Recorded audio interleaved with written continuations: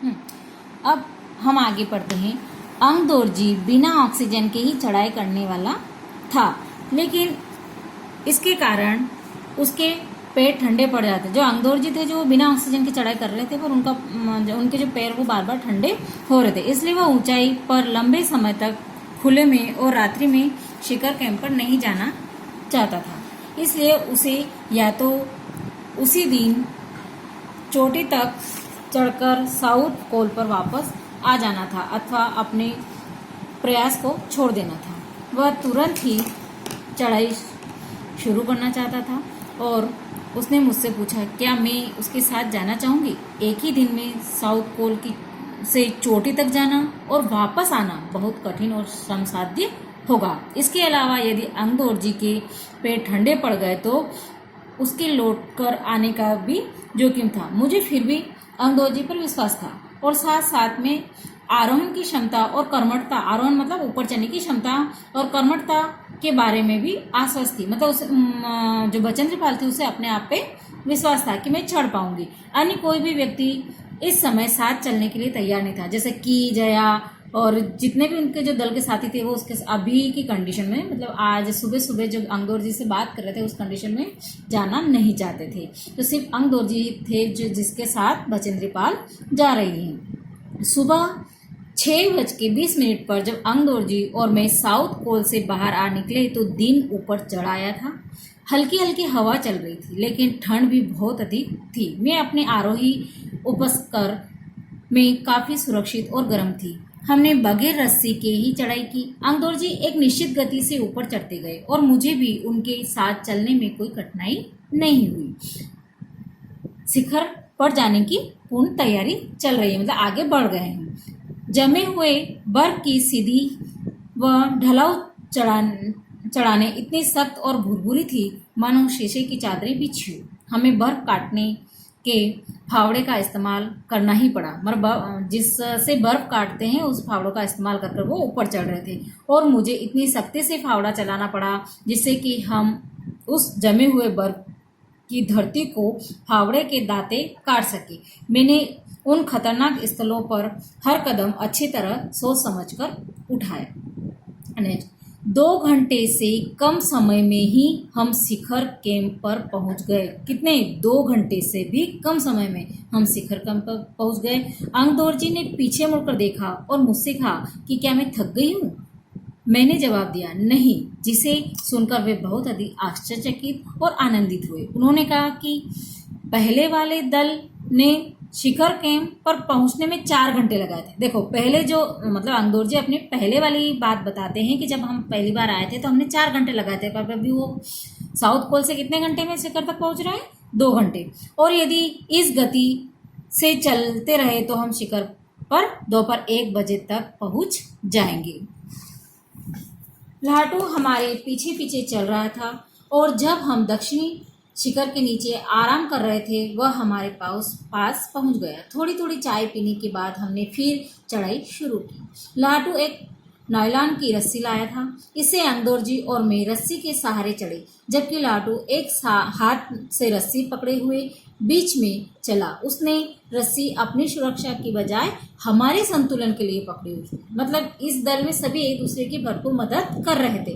लाटू ने ध्यान दिया कि मैं इन ऊंचाइयों के लिए सामान्यतः आवश्यक 4 लीटर ऑक्सीजन की अपेक्षा लगभग 2.5 लीटर ऑक्सीजन प्रति मिनट की दर से लेकर चढ़ रही थी। मेरे रेगुलेटर पर जैसे ही उसने ऑक्सीजन की आपूर्ति बढ़ाई, मतलब किसने? लाटू ने मेरे रेगुलेटर पर ऑक्सीजन की मात्रा बढ़ाई, मुझे महसूस हुआ कि सपाट और अधिक चढ़ाई भी अब आसान लग रही थी। मतलब चढ़ने में मुझे आसानी हो रही थी।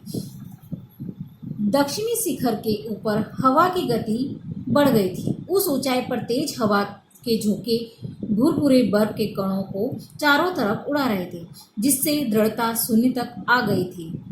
मतलब जो वहाँ की मजबूती थी वो शून्य पर थी।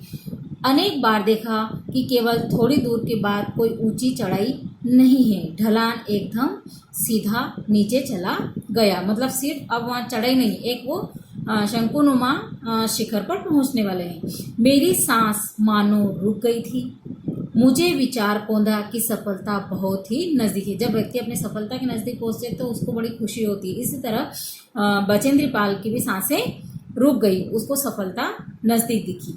23 मई 1984 के दिन दोपहर के 1 बजकर, देखिए ये इस लाइन को समझना आप कि 23 मई 1984 के दिन दोपहर के 1 बजकर 7 मिनट पर मैं एवरेस्ट की चोटी पर खड़ी थी। कौन? बचेंद्री पाल। एवरेस्ट की चोटी पर पहुंचने वाली मैं प्रथम भारतीय महिला थी। एवरेस्ट शंकु की चोटी पर इतनी जगह नहीं थी कि दो व्यक्ति साथ साथ खड़े रहे। देखो एवरेस्ट की जो चोटी है बिल्कुल, वहां पर दो व्यक्ति भी एक साथ खड़े नहीं रह सकते। चारों तरफ हजारों मीटर लंबी सीधी ढलान को देखते हुए हमारे सामने प्रश्न सुरक्षा का था। हमने पहले बर्फ के फावड़े से बर्फ की खुदाई की, अपने आप को सुरक्षित रूप से स्थिर किया। इसके बाद मैं अपने घुटनों के बल बैठी, बर्फ पर अपने माथे को लगाकर, क्योंकि वो शिखर पे पहुंचे तो शिखर पर जाने के बाद बर्फ को उसने अपने माथे पे लगाकर मैंने सागर माथे के ताज का चुंबन किया। सागर माता मतलब एवरेस्ट की जो ऊंचाई का सबसे ऊंचा शिखर है, उसको नेपाली लोग क्या बोलते हैं? सागर माता। तो सागर माता को ताज का चुंबन लिया। बिना उठे ही मैंने अपने थैले से दुर्गा माँ का चित्र और हनुमान चालीसा निकाला।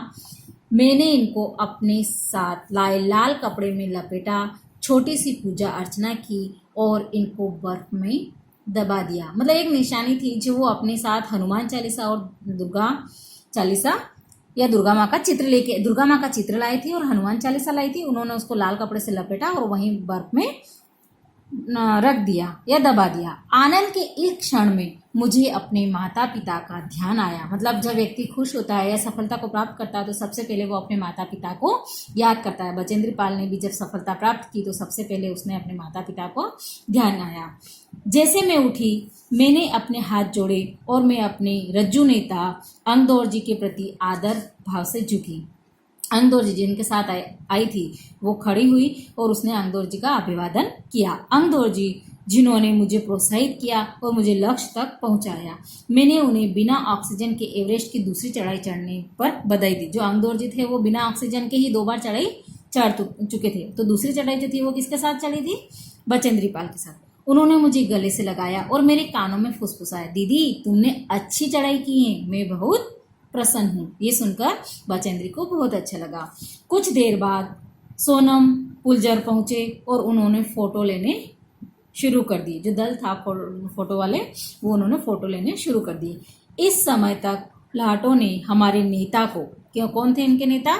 हमारे नेता एवरेस्ट पर चारों ओर से क्या कह रहे हैं कि इस समय तक लाटों ने हमारे नेता को एवरेस्ट पर हम चारों के होने की सूचना दे दी। तब कौन है उनके जो नेता थे? कर्नल खुल्लर और एक और उनके जो मुखिया थे कर्नल खुल्लर और उपनेता प्रेमचंद तक इस तरह खबर पहुंच गई। कुछ देर बाद सोनम पुलजर पहुंचे और उन्होंने फोटो खींचे। इस तरह लाटू ने हमारे नेता को एवरेस्ट पर हम चारों के होने की सूचना दे दी। तब मेरे हाथ में वॉकी टॉकी दिया गया जिसको बोलने के लिए। कर्नल खुल्लर हमारी सफलता से बहुत प्रसन्न थे। मुझे बधाई देते हुए उन्होंने कहा, मैं तुम्हारी इस अनूठी उपलब्धि के लिए तुम्हारे माता पिता को बधाई देना चाहूँगा।